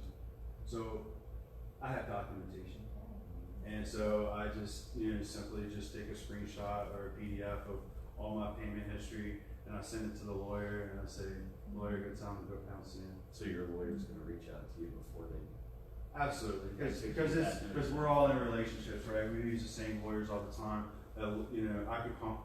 It's funny, my dad died on February 5th, and that's not the point of the story. But the point of the story is, I called my lawyer, and I said, I need to speak to Paige Island, please. In the front, the gatekeeper said, she's busy right now. I said, tell her it's Forrest and it's an emergency. And then she goes, hold on, and then Paige, what's going on, Forrest?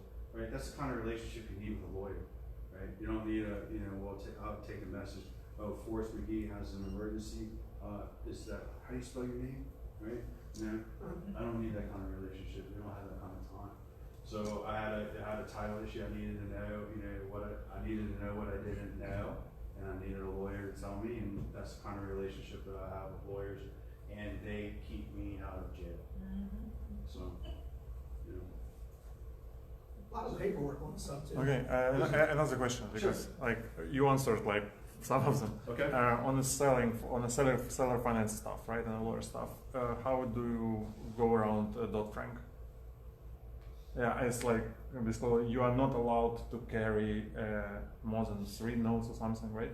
If you are not registered mortgage or something, so you don't carry them as you. Dodd-Frank's what he's talking about. Yeah, I understand. I know exactly what you're talking about. So you're talking about seller financing. Yes. So there's many ways to stay legal.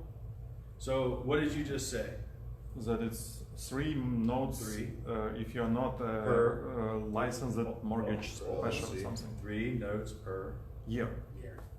Per. Like, come on, I don't remember. All right, Ended. so how many entities can you have? Is it? Did it stood up in a course for your information? I don't know. I don't I've know. never been there. All right, let's back up to the beginning. I'm not giving you legal advice. All right, that's all I'm I'm just here because I'm a pretty face, and you know I was on the list. Nobody's okay? gonna be able to sleep Let's today. back up at the beginning. All right. So the point is this, right? Congress makes rules, right? But they always make a back door, and they always make a workaround because they don't want to follow the rules. So that's just the way that is built. And so if you have the right people on your team that navigate for you and keep you legitimate, honest, safe, and being able to go home every night to your wife and your kids, it's worth the weight in gold, right?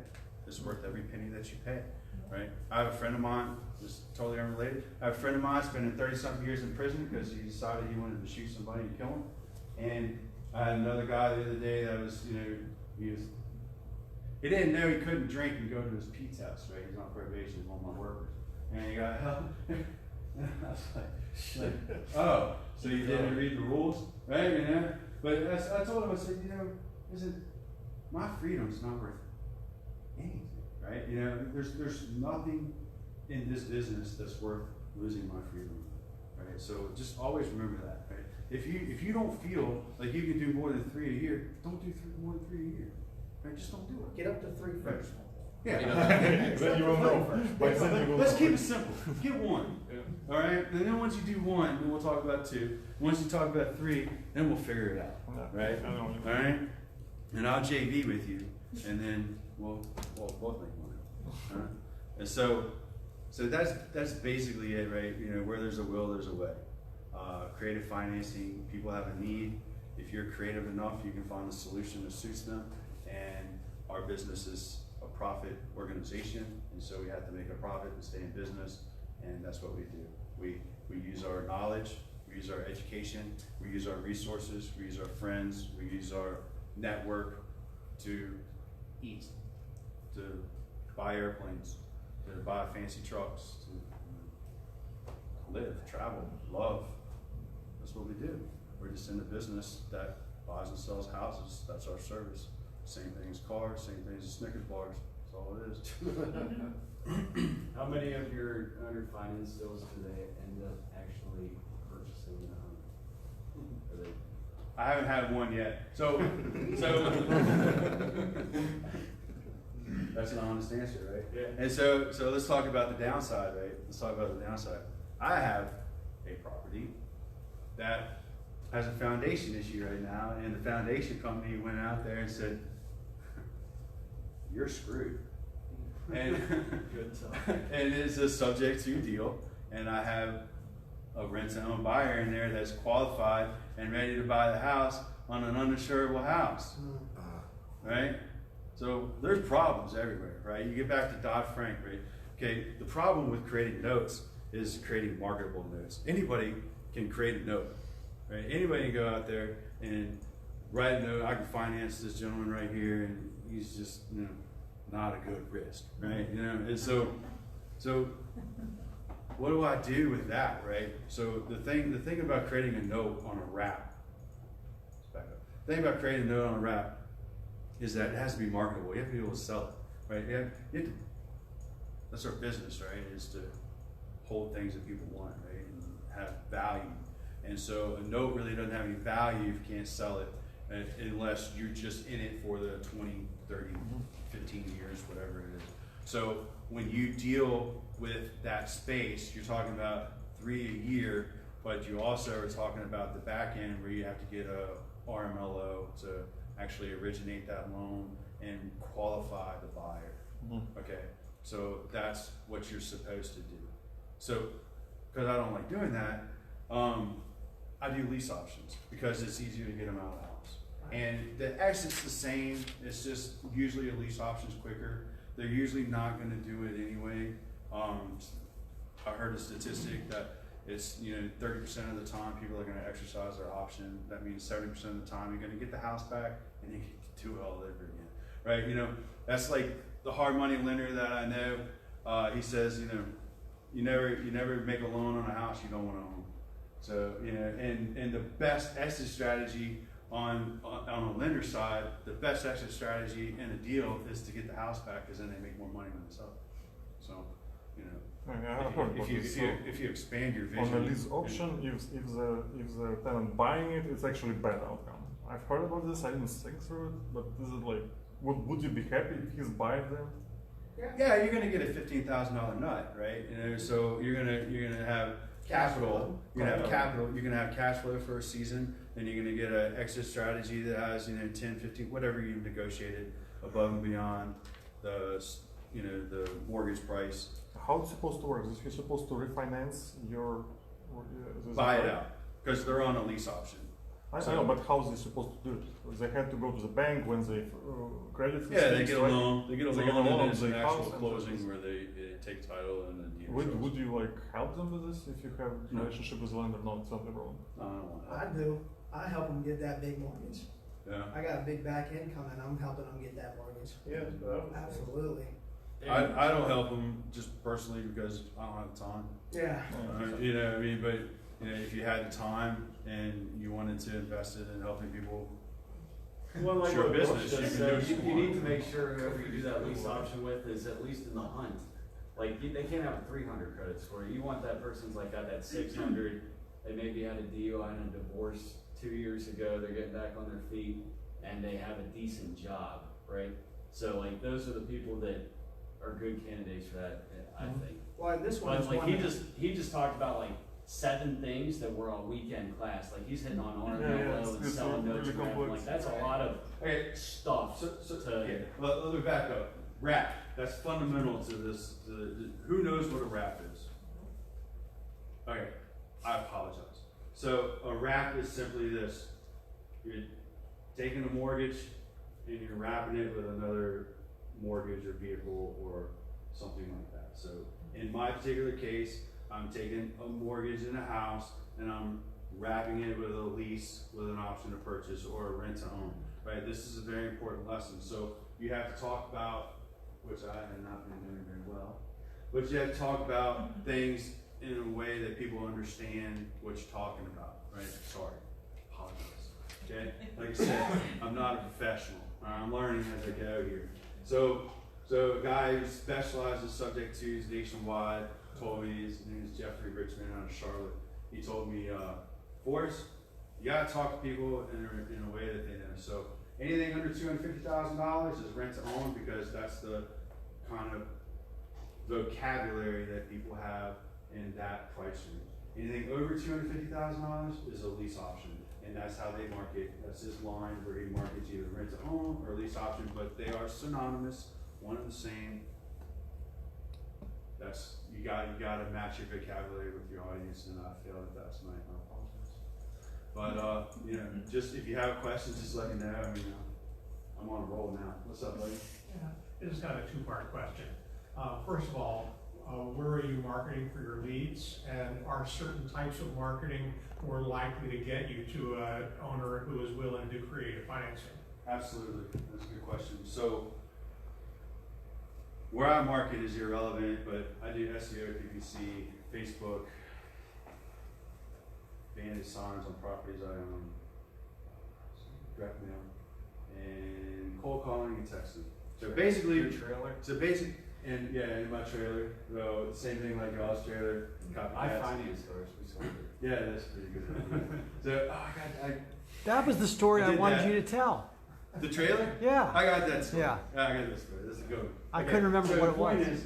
Point is, to answer your question, how you would market to subject twos and creative deal structuring is, if I was to market to cold market to the world, okay, how I would do it is I would go and buy a list of equity of 70 to 90, 95%, okay, of owner occupants above a certain age. Do you understand about pulling lists? Yeah. Okay. So I would pull a list. Everybody understand about pulling a list? Yeah. Okay. So I would go to a list provider. I would pull a list of low equity, okay, owner occupants, absentees, whatever. My biggest seller base right now is absentee homeowners, burnout landlords, okay, people not paying their rent. And so that's my biggest seller base right now, that and getting some probate stuff, but everybody thinks the house is worth too much. I don't know if y'all have that problem or not, but I do. So, but the burnout landlords, they're wanting to walk away. And that's exactly the subject to deal. That was an SEO deal.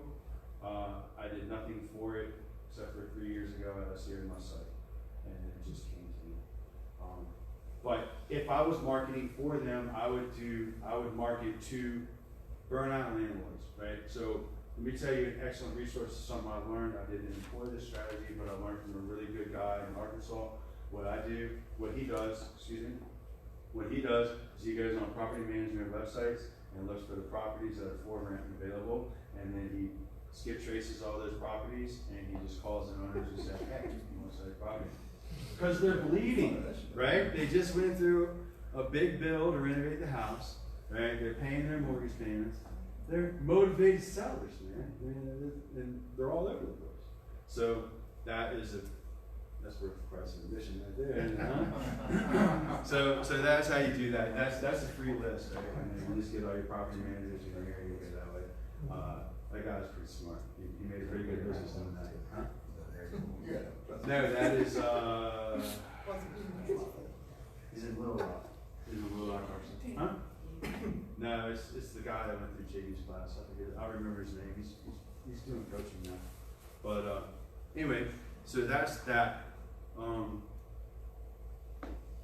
Buy low, sell high, right? So if you have a rental, say somebody in this room has a rental property that they know they can rent it for $800 a month, and it's a decent property, would you automatically do that as a rent to own, or would you just hold it as a straight rental, and if so, why? Great question. I will never own a rental. All right? Why would I never own a rental? Repairs, maintenance, all that. Yeah. What's the root name there? I'm not a babysitter. Yeah. Right? You know? Yeah. So my first mentor, Larry Goins, said simply this. He goes, I'm dealing with homeowners and training. And so that he's not dealing with renters. So when you deal with homeowners and training, they get the training, right? They get to fix the furnace. They get to, repair the plumbing, right? When the toilet's clogged, you don't call Bank of America, right? You call a freaking plumber, right? So I'm the Bank of America, and so that's where I want to be. And so I do everything in exit strategy where I don't have to deal with babysitting, and that's true. Yeah, kind of stupid question. If you lease option, right, you consider the owner. He's a tenant. Okay, so let me ask you a question. Can you make a contract? Let me rephrase that question. You can make a contract anything you want to, can't you? Right? But So can I. And how it works out on So as long as it's moral and ethical and passes the test of a judge, and jury, I can get you to agree to do damn near anything. Right? He's Right? gotta call the plumber and pay for it and. So here's what I put in the clause, right? Lease option buyer is responsible for all maintenance up to and including $5,000. Per occurrence? So we're all seasoned investors in here for the most part, or at least we've done our due diligence. There's not much on a house that costs more than $5,000, right? Unless a tree falls through the roof, and that's what God made insurance. So, that's how I structure my lease options, so that I don't have to babysit. But I do babysit because people they're in training, right? So they're calling me up. I have a gentleman in Danville that was military, got out because he got injured, and he has some brain injuries, and he likes to call me up and tell me about everything that goes wrong in that house. And I have to nicely have a conversation with him and tell him, well, Isaac, you own the house, right? It's seller financing, you know, I just handle the mortgage. He goes, well, I hate sending my money to that mortgage lien. I said, well, Isaac, there's nothing I can do about that. He goes, well, why can't you find a different one? I said, because I like her. And he goes, all right, well, I'll send it. Right? And so then, this is true story.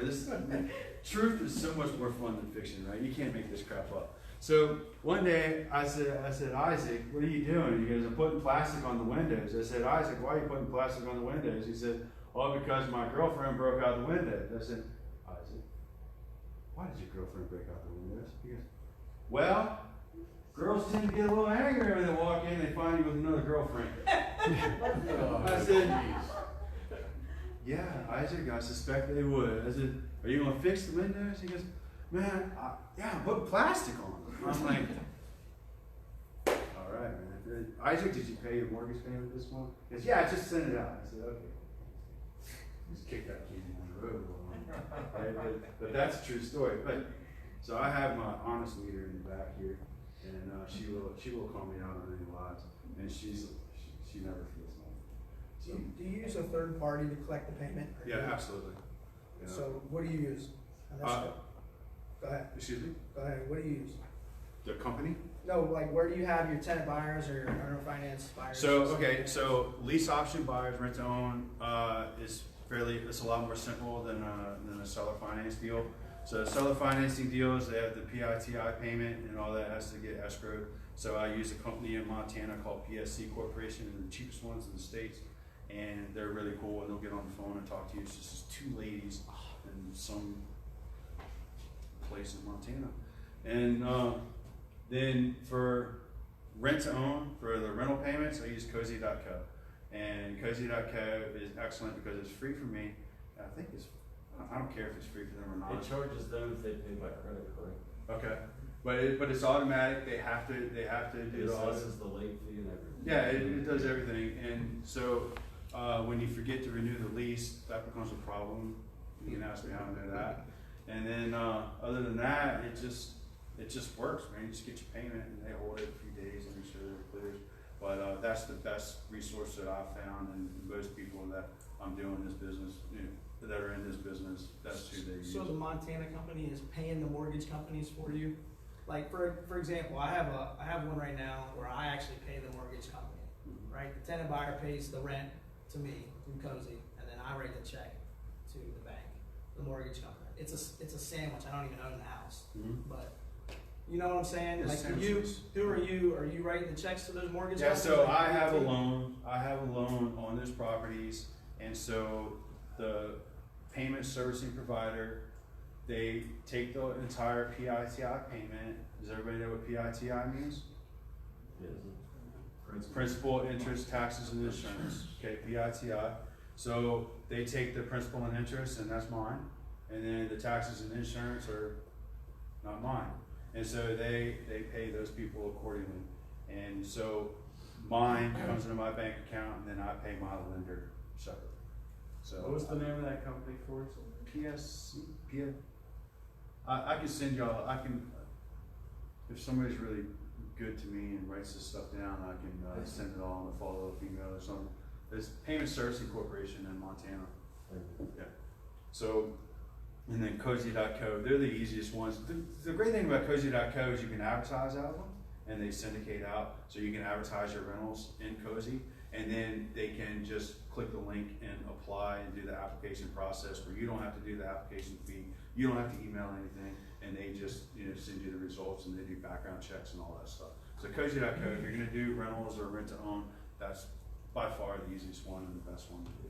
When you're rent to own sports, how are you determining monthly what portion of that payment goes towards their purchase? That's a really, really good question.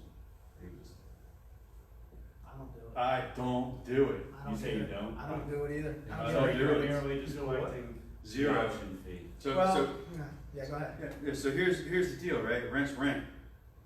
Right. Period. That's what I tell them. I said, rent's rent.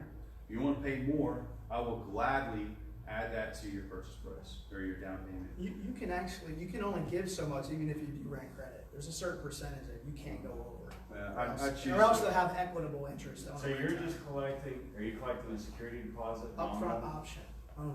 Like, Option I was gonna deposit, say, first month in rent. addition to the option, just so No, there's no mix-up? just make sure the option's big enough, you know, because it's non-refundable. Options with down payment, essentially, right? It's a down This payment. is your, it's not refundable. Now, Gives them we the apply option that, to buy it. we apply that when they purchase. So when they do purchase, that comes off the price. That's why I agree. Correct, yeah. So, next question. Who's more confused now? Who's more confused? Okay, what, okay, I don't even know where to start, otherwise I would have asked like 15 questions by now. alright, we'll start with the gentleman. I didn't know where to start. I got all the pictures. Yeah, I'm So, looking too at the many PITI, WW2. Let's keep it- So I got a question. So I'm a new investor. I'm trying to jump into it. Sure. I don't have all the resources that you do. I don't have the lawyers. I don't have all this. I'm trying to build all that. So as somebody in my position, I'm looking to use what I've saved up or my retirement from work and all the above to be able to purchase my first property. So is it worth it? I mean, obviously the MLS is, I'm just gonna say it's off the table because it's just ridiculous. Off market is definitely another option. Starting to use like direct mail and stuff like that is another good way to do it. Is there a certain strategy that works for like the rent to own or the lease or whatever for somebody in my position where it's, I'm not going to be looking at the $250,000 houses or something like that. It's the houses under like 100,000. We can have an honest conversation, can't we? You and I? Absolutely. Okay. So, how much money do you have to invest right now today? About 30. Okay. So, what you need to do is you need to find somebody that you know, like, and trust in this room or somewhere that's an active real estate investor, and you need to partner with them on a deal. Okay?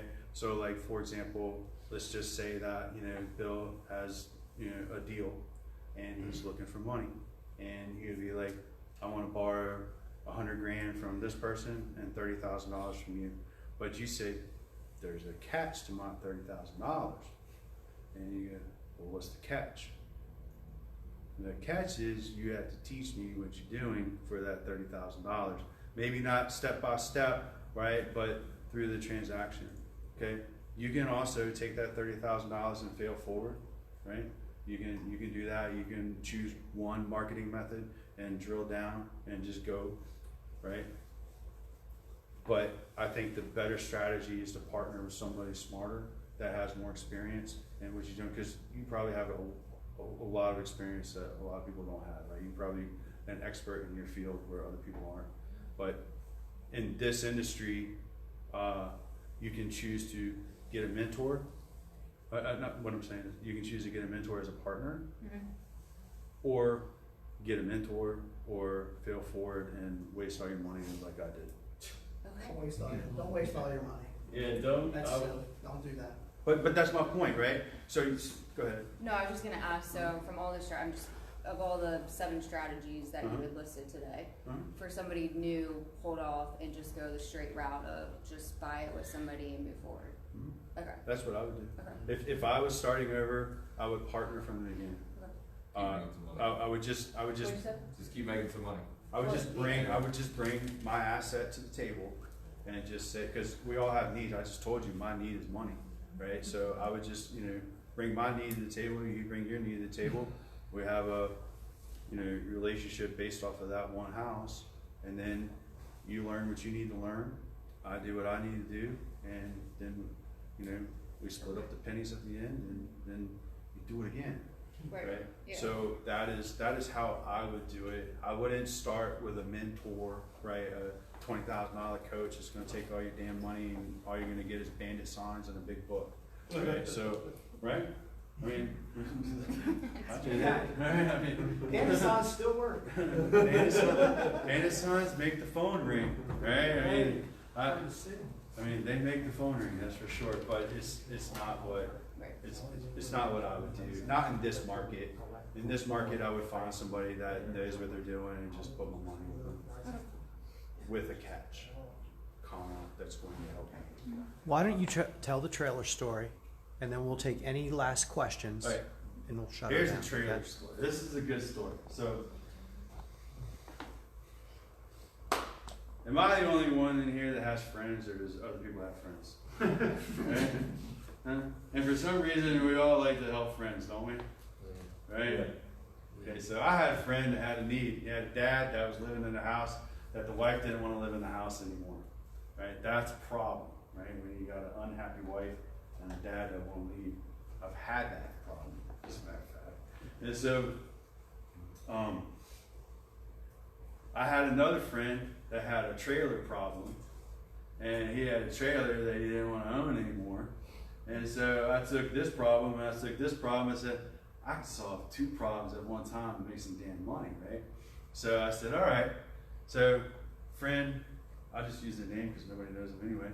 So Sean goes, dude, my dad's killing me, man. I gotta get him out of the house. I need a trailer. I bought this property. I'm gonna put a trailer over here on the property. I'm gonna shove my dad in it. He's gonna smoke and drink himself to death. And my wife will be happy and we'll be able to like live in the bed together and it'll be great, right? What can you do? And I said, okay, well, Rick, you got that trailer that you never use anymore. What are you gonna do with it? He goes, you wanna buy it? I said, yeah, I wanna buy it. So he said, all right, I'll sell it to you for $5,000. Well, on the way over there, he realized that it has another hole in the floor he didn't realize, and the roof was leaking. And so between the car ride from his house to my house, about 10 miles, knocked another $500 off because he felt bad. So I got into the deal for $4,500 cash for a fifth wheel camper that I had no desire to own, none whatsoever. I was just helping a friend. And so the exit strategy with the Sean, the other friend, was simply this. It was, okay, Sean, give me $1,000 down, $500 a month for 2 years, and the camper's yours. Rent to own, straight up rent to own deal. Can't get any simpler than that, right? At the last payment, you get the title to the property, period. That's simple, basic rent to own. Down payment, monthly payment, title, done. Well, Sean's dad didn't like the camper. So Sean's dad, the shower was too small.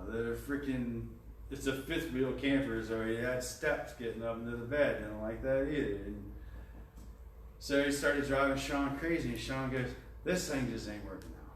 I said, son of a bitch, right? You know, that was already counting the money. It was like 10 grand for a $4,500 flip. I mean, that's doubling your money in 2 years. I mean, that's a great return. Now, we're talking about small potatoes, but still, doubling your money.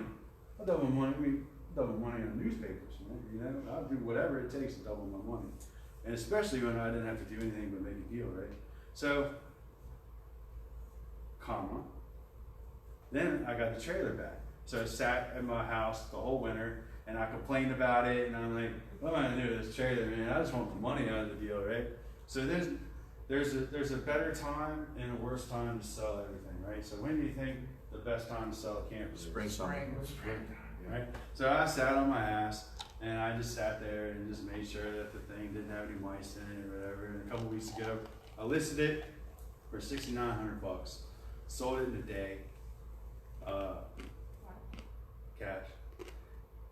And she said, I'll give you your asking price if you move it for me to my house from Richmond to Hampton, Chesapeake. And I said,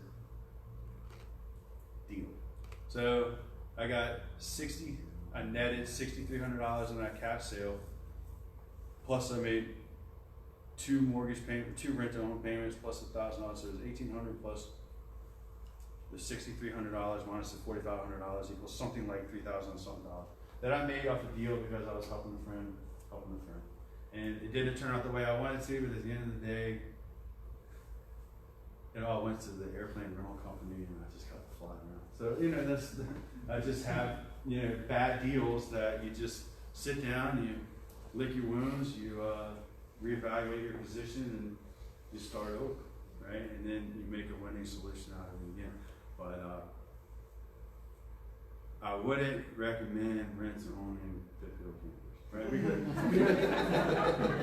Because they're hard to move, right? You gotta have the right truck with the right, it's not just grabbing, the Nissan Pathfinder and putting a 2-inch ball in the back and hooking it up and driving it down the road. We have one right? under contract right now. What's that? We have one under contract right now. Yeah, well, let me know how that works out. Yeah, we're gonna see. Make sure the trailer 2.0 story happens. This guy right here. Good night. Perfect. So, yeah, I guess if we have any final questions, let's just answer I think I have a those. good question for the room. So creative finance is very complicated, and you've done a great job giving us like an overview. Way too much information. Is there like a resource that we could go to later where we could just fall down a rabbit hole and learn everything? Yes. So, I did not make this stuff up, right? I was very clear about that early, right? I just failed forward, and once you listen to things enough, and once you read things enough, they start to make sense, and you do start to connect the dots, right? So there are a couple people that are really, really good at this game. Your basic foundation is that book up there. So for you guys, and for the ones that are new for this, I highly suggest, if you know anything about creative financing, leave that Richest Man in Bible on for the ones that don't, because it's the basics, right? It's like it's financing 101. It's taking money, letting the dollars walk out, and letting them grab more dollars and walk back in, right? That's financing. That's creative deal structuring. Is making money on money, making money on deals instead of making money off of sticks and bricks and hammers and mud and tape and paint and toilets and crap. So you're thinking bigger, right? That's creative deal structuring. It's what box so okay. Your answer is Dykes Botiford, P. Fortunato, and Cashflow Depot, which is Jack. He's dead, but his name's Jack. His cashflowdepot.com is his perpetuity. It's his blessing to the world. It's where everybody learned this creative deal structuring in the 80s. And so all the ones that are these super, super, really, really good people that are doing this like in their sleep. I know a guy that is so good at IRA, self-directed IRAs. His mother's, so he has a minimum distribution on his mother's inherited Roth IRA. It's a whole another lesson y'all can have me back on if you want. But we can talk about IRAs. But the thing about IRAs is there's this golden ticket called an inherited Roth IRA that if your person who has a Roth IRA passes on to the next world and they leave that IRA to you, you enjoy all the privileges and responsibilities of that Roth IRA at its maturation, whether you're 1 second old or 99 years old. You get all the tax-free distributions that are entitled to that seasoned Roth IRA if when it reached the maturation point. But you have minimum distributions. So this guy said, Forrest, it's crazy, right? Because I make more money in this account than the minimum distributions every year. The account's still growing, and I can't even take the money out fast enough. And it's all tax-free. And the dude and he specializes in mobile homes and not even parks, right? It's just, he just plants them down and rents them out. Rent the home, actually. But the power is thinking bigger, right? The power is getting outside of, oh my God, I can't find a deal because everything's overpriced. Well, let me ask a question, right? So somebody was doing some math on interest rates the other day, and they were talking about, if it was a 2% interest rate versus a 10% interest rate, right? The payments are dramatically different based off the interest rate. So if it's a $100,000 house, you're paying 0% interest on it, you negotiated good terms, right? Where you're paying 0% interest as opposed to going to a bank paying retail at 3.5% for a 30-year fixed or a 10-year ARM or whatever the heck you stupidly negotiate. You're still better off if you had just negotiated with the person if you found their need and solved their problem in a creative structure. So it's just, the whole point is to think bigger. All deals are possible. That's the key takeaway here. All deals are possible. You just have to be willing to give it the time necessary to close the deal. Because if they are the decision maker, if they have a house they want to sell, And if they have a price, they're gonna sell the house. It's either gonna be you or somebody else. So why not you?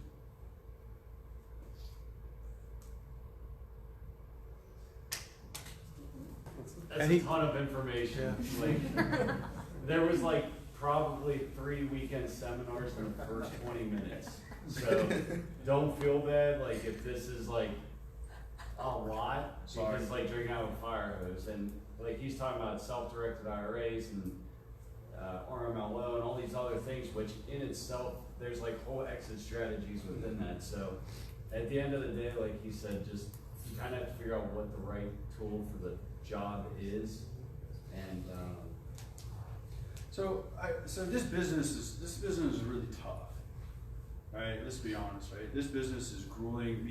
We had dinner together earlier. We talked about how we just have to stop working and go home. You're never going to finish what it is that you have to get done in this business. Period. Right? It's never going to end, right? It's our curse, right? We've created this endless job. We're self-employed, right? We have to eat what we kill. And so, am I right? I mean, I'm right? You know, if we don't go out and kill and make it every day, we're going to be the people not paying the rent. And I don't want to be that person. I choose to be the guy that gets to go rent here from me. So one day I'm in the bottom line. And so, we all start somewhere. And, you know, I first time I heard this stuff, I was like, oh my God, man, I'm gotta be the dumbest guy in the room. You know, maybe I still am. I don't know. Maybe you gotta like, this guy's crazy. And I could have made some of this stuff up, but I probably didn't. And but creative financing it's just amazing what you can do with other people's money, right? If you're a good steward of it, if you're wise, if you're moral, if you're ethical, what you can do with other people's money is amazing, right? There's only so far you can go with your own money. I mean, the 0.1% of the population that can use their own money to fund their deals without any regard for running out of money, they got there because they used other people's money, right? They weren't born into it. And even if they were born into it, it was somebody else's money, right? They didn't just create it all by themselves.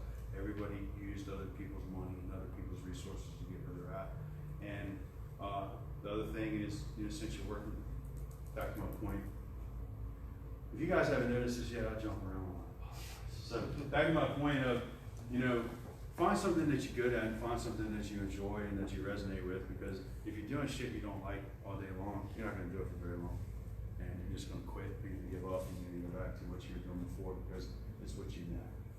So find something that you like in the business. Me, what got me in it was the construction.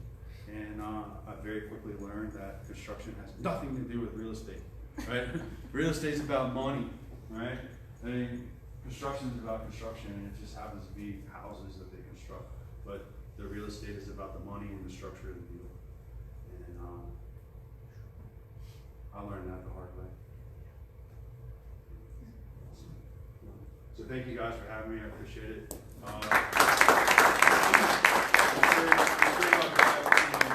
One of the ones that you want, if you haven't done deal structure before, start off with that Richest Man in Babylon, and one day you'll thank me. All right. Thank you guys for letting me have your time. I appreciate it. Thank you.